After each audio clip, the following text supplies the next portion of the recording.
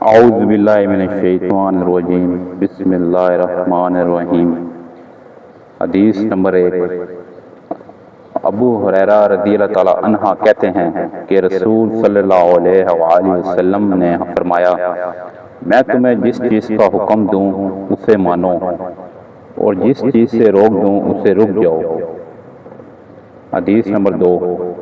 ابو ہریرہ رضی اللہ تعالی عنہ کہتے ہیں کہ رسول صلی اللہ علیہ وآلہ وسلم نے فرمایا، جو چیز میں نے تمہیں نہ بتائی ہو اسے یوں ہی رہنے دو، اس لیے کہ تم سے پہلے کی امتیں زیادہ سوال اور اپنے انبیاء سے اختلاف کی وجہ سے ہلاک ہوئیں، لہذا جب میں تمہیں کسی چیز کا حکم دوں تو طاقت بھر اس پر عمل کرو، اور جب کسی چیز سے روکوں تو رک جاؤ۔ حدیث نمبر 3۔